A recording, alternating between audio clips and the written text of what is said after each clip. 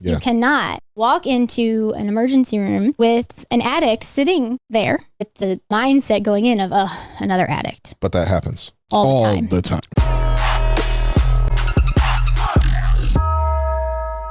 So you do this stuff right now. This is what you do. You work with healthcare, Mm-hmm. right?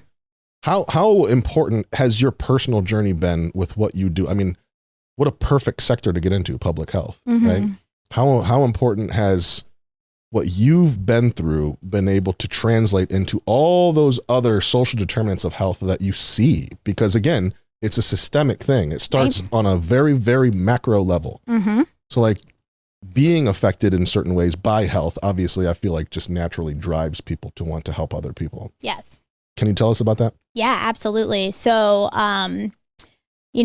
the first component is it makes me more empathetic, right? And we were talking about empathy before a little earlier. And I think I come from the perspective when I see someone of one of empathy, one of, you may see a patient in a waiting room or in a hospital bed, but you're only seeing that patient. You're not seeing their family. You're not seeing their circumstances. You don't know what they've been through to get to this point. And it's really being able to be empathetic towards every situation and correcting injustice when you see it. I mean, we have an overburdened healthcare system, right? We have people quitting and leaving healthcare in mass numbers. And then you have these providers and these people who came into this space to help people. Yeah. You cannot walk into an emergency room with an addict sitting there,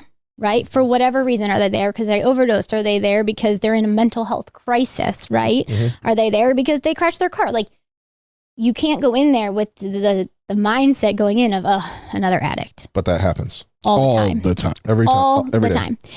All the time, right? So how do we reframe that, right? We educate providers. We get them to understand what is an unconscious bias. It's not your fault, but we all have them and we need to own them. And how do we treat a person as a human being, regardless of the reason that they are walking through your doors? Because they're walking through your doors because they need help. Yeah. And your empathy can be the thing that gets them to go to treatment this time. And a lot of that is people's own taking care of themselves, like absolutely see people and some of it might be a temporary thing. Like I need to go take a vacation and come back so that I can be there for my clients or for some of it's you need to go find a different career and never do this again because you just don't care anymore. It's true. Like I've seen both, and obviously people, needing to go take a vacation, I think happens more often than people just needing to leave the career and the profession, but it still happens. Yeah. Like I've been in some places where it's like, you literally should not be allowed to ever talk to somebody ever again. Yeah.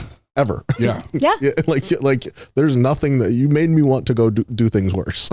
Well, and one thing I will say, especially since moving from working here in Toledo to moving out to a rural community, right? Because there are big differences.